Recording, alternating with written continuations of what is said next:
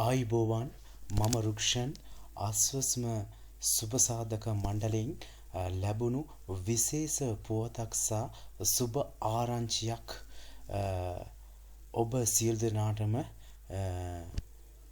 දැනගැනීමට තමයි මෙම වීඩියෝව මම අද කරන්නේ.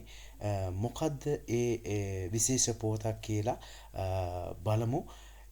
මෙම වීඩියෝව නැරඹීමට කලින් මගේ මෙම channel එක අනිවාර්යෙන් subscribe කරන්න. ඒ වගේම bell button එක click කරලා මගේ අලුත්ම අස්වස්ම තොරතුරු නරඹන්න. බලමු දැන් මොකද්ද ඒ සුබ ඒ කියන්නේ විශේෂ පුවත මොකද්ද කියලා. බලමු. ඒ කියන්නේ මේ මාසේ ජනවරි මාසේ පළමු වන සහ දෙවැනි අදියරවල අස්වස්ම වැඩිහිටින් ප්‍රතිලාභීන් ඒ කියන්නේ අවුරුදු 70 නිමා වූ ප්‍රතිලාභීන්ට මේ ජනවරි මාසේ 27 වෙනිදා සිට රුපියල් 5000ක මුදල එම ප්‍රතිලාභීන්ගේ ගිණුම් වලට බැර කරලා තියෙනවා. ඒක තමයි දැන් ලැබුණු විශේෂ පුවතක්. ඒත් එක්කම මම අද ඔයගොල්ලන්ට කියන්න කැමති සමහර වැඩිහිටියන්ට ඒ කියන්නේ තමන් ගාව QR එකක් තිබෙනවා. නමුත් අවුරුදු 70ක් නිමා වෙලා තියෙනවා. නමුත් මට තාම වැඩිහිටි දීමනාව ලැබිලා නැහැ. ඒකට හේතු මොකක්ද කියලා මේ වීඩියෝ එකෙන්ම මං කියලා දෙන්නම්. ඒ කියන්නේ වැඩිහිටි දීමනාව නොලැබීමට හේතු ප්‍රධාන හේතු 9ක් තියෙනවා. ඒ හේතු 9ක් තමයි අද මම ඔයගොල්ලන්ට විශේෂයෙන් කියලා දෙන්න යන්නේ. පළවෙනි හේතුව තමයි ඒ කියන්නේ තමන් ගාව අස්වස්ම QR එකක් තිබෙනවා. අවුරුදු 70ක් නිමා වෙලා තියෙනවා. නමුත් මට තාම වැඩිහිටි දීමනාවක් ලැබිලා නැහැ. ඒකට හේතු පළවෙනි හේතුවක් තමයි සුබසාධන මණ්ඩලයේ ලියාපදිංචි නොවීම. ඒ කියන්නේ එයා තාම සමීක්ෂණයට ලක් වෙලා නැහැ. ඒ නිසා ඒගොල්ලොන්ට තාම අස්වස්ම වැඩිහිටි දීමනාව නවත්තලා තියෙනවා. ඒත් එක්කම දෙවෙනි කාරණාව තමයි වැඩිහිටියෙකු හෝ පවුලේ සමාජිකයෙකුගේ විස්තර QR කේත දෙකක අඩංගු වෙයි. ඒ කියන්නේ තමන්ගේ පවුලේ ඉන්න සමාජිකයෙකුගේ විස්තර තවත් QR එකකින් තිබෙනවා. ඒ නිසා මේ වැඩිහිටි දීමනාව නවත්තලා තියෙනවා. ඒත් එක්කම තුන්වෙනි කාරණාව තමයි QR කේතයේ බැංකු ගිණුම් විස්තර නොගැලපේ. ඒ කියන්නේ තමන් ගාව QR එකක් තිබෙනවා.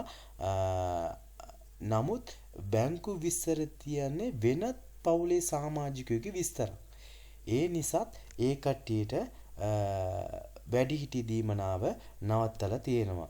ඒත් එක්කම හතරවෙනි කාරණාව බලමු. ඇයි මේ අස්වස්ම ප්‍රතිලාභියෙකුට අවුරුදු 70 නිමා වූ ප්‍රතිලාභියෙකුට ඇයි මේ වැඩිහිටි දීමනාවක් ලැබෙන්නේ නැත්තේ කියලා. හතරවෙනි කාරණාව තමයි ආයුධම්කරු සතුව QR කේත දෙකක් තිබිය යුතුය.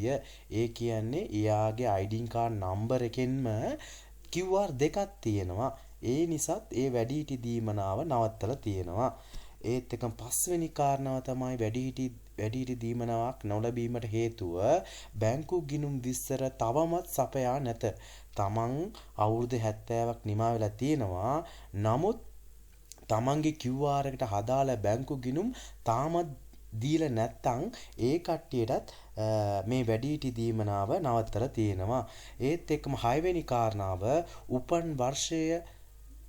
වර්ෂය ජාතික හැඳුනුම්පත සමග නොගැලපේ.